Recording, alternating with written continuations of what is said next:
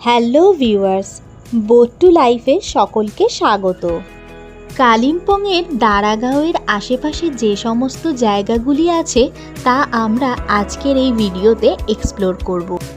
আগের ভিডিওয় আমরা শেয়ার করেছি কিভাবে আমরা এই দারাগাঁওয়ে পৌঁছলাম এবং আমাদের হোমস্টের ডিটেলস। যারা ভিডিওটি এখনও দেখেননি তাদের দেখার জন্য এবং আমাদের এই চ্যানেলটিকে সাবস্ক্রাইব করার জন্য অনুরোধ রইল। আমাদের প্রথম গন্তব্য ডেলো পার্ক। পার হেড 20 টাকা টিকিটের বিনিময়ে এখানে প্রবেশ করতে হয়। এই পার্কটি সকাল 9টা থেকে বিকাল 5টা পর্যন্ত খোলা থাকে। বিশাল বড় এলাকা জুড়ে বিভিন্ন ধরনের ফুল গাছ লাগানো এবং তাতে রং বেরঙের ফুল। এখানে একটি ছোট্ট পাইনের ফরেস্টও আছে। আমরা একটু এগিয়ে গিয়ে সেখানে বেশ কিছুটা টাইম কাটালাম।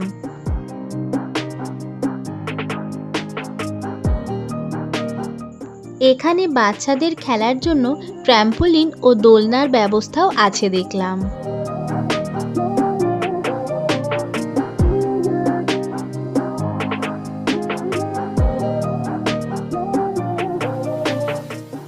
বর্ষায় এই প্রকৃতির সবুজ রূপ যেন আমাদেরকে মুগ্ধ করে তুলছে বারবার।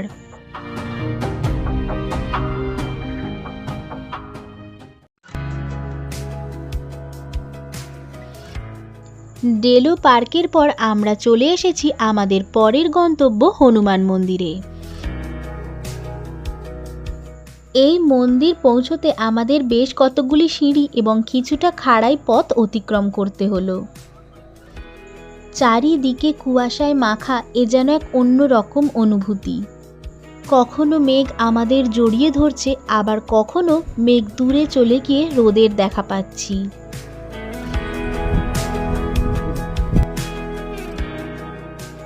হনুমান মন্দিরের একদম ঠিক পাশেই রয়েছে দুর্গা মন্দির।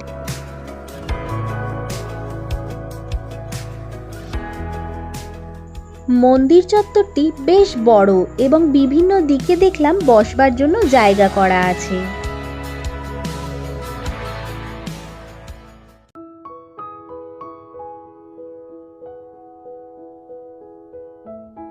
আমাদের এর পরের গন্তব্য দালাপচান বুদ্ধিস্ট মনাস্ট্রি।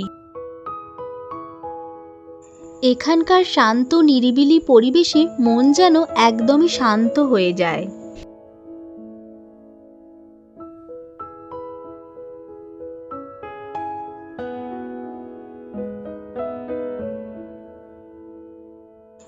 এরপর আমরা চলেছি আমাদের পরবর্তী গন্তব্য রামধুরা ভিউ পয়েন্টে। এখান থেকে তিস্তা নদী খুব ভালোভাবে দেখা যায়। ওয়েদার ক্লিয়ার থাকলে তিস্তা নদীর বাঁকগুলোও খুব ভালোভাবে বোঝা যায়।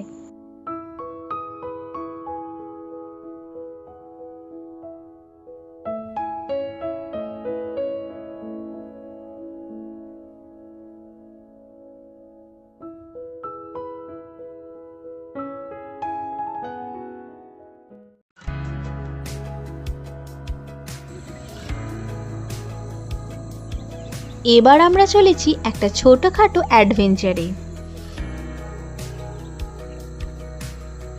চলেছি বার্মেকের হনুমান টক হয়ে বার্মেক শিব মন্দিরে। যদিও এই রাস্তা ছাড়া আরেকটি রাস্তা আছে, কিন্তু আমরা একটু অ্যাডভেঞ্চার প্রেমী হওয়ায় এই রাস্তাটাকেই বেছে নিলাম।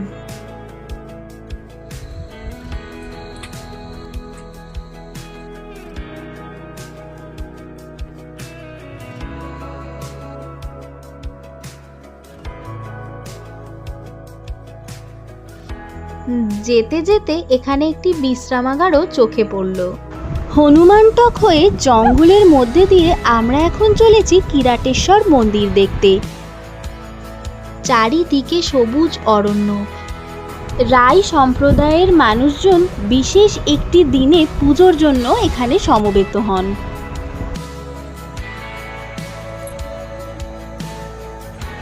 নিস্তব্ধ নিরিবিলি রাস্তায় শুধুমাত্র আমরা তিনজনই চলেছি, আর অন্য কাউকে দেখতে পেলাম না। এবার আমরা চলেছি বার্মেক শিব মন্দিরের দিকে।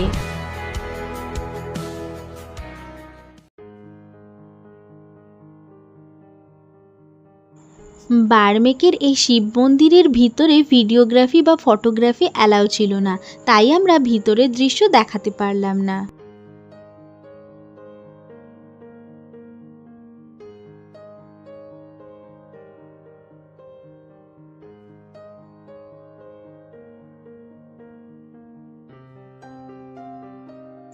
এখন যে পথে আমরা আমাদের গাড়ির কাছে চলেছি, এই রাস্তা দিয়েই মানুষজন এই বার্মেকের শিব মন্দির দেখতে আসেন। আমাদের মতো অ্যাডভেঞ্চার প্রেমী হলে জঙ্গলের রাস্তা দিয়ে আসবেন, দেখবেন বেশ ভালো লাগবে।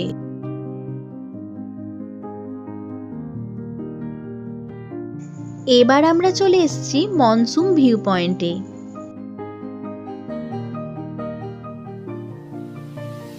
এখান থেকে তিস্তা নদীর বাঁকগুলি খুব সুন্দরভাবে দেখা যাচ্ছে।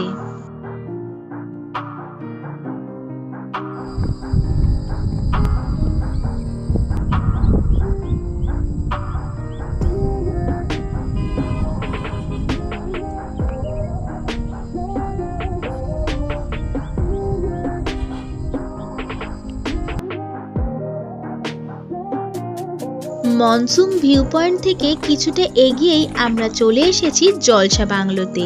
এখানে প্রবেশের জন্য পার পার্সন 25 টাকা করে টিকিট মূল্য লাগে। ডাইরেক্ট জলসা বাংলো পর্যন্ত গাড়ি যায় না, এরকম কিছুটা খাড়াই রাস্তা পেরিয়ে তারপরেই পৌঁছতে হয়।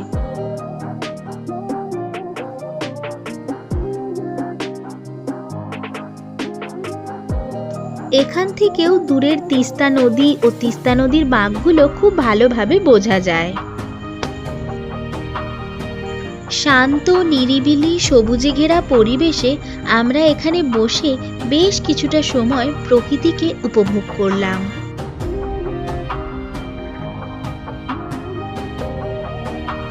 লাঞ্চের জন্য আমরা এবার ফিরে চলেছি আমাদের হোমস্টের পথে।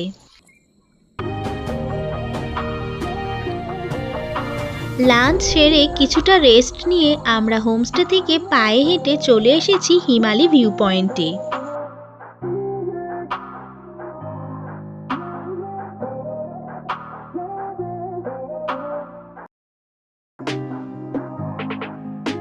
ওয়েদার ক্লিয়ার থাকলে এখান থেকে কাঞ্চনজঙ্ঘা এবং তিস্তা নদী খুব ভালোভাবে বোঝা যায়। বেশ কিছুটা সময় আমরা এখানে বসে প্রকৃতির এই পরিবর্তন, আলো আঁধারি মেঘছাই উপভোগ করলাম।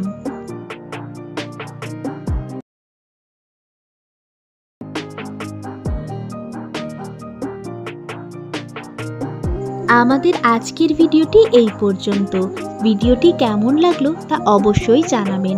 লাইক, কমেন্ট এবং শেয়ার করতে ভুলবেন না। Thanks for watching.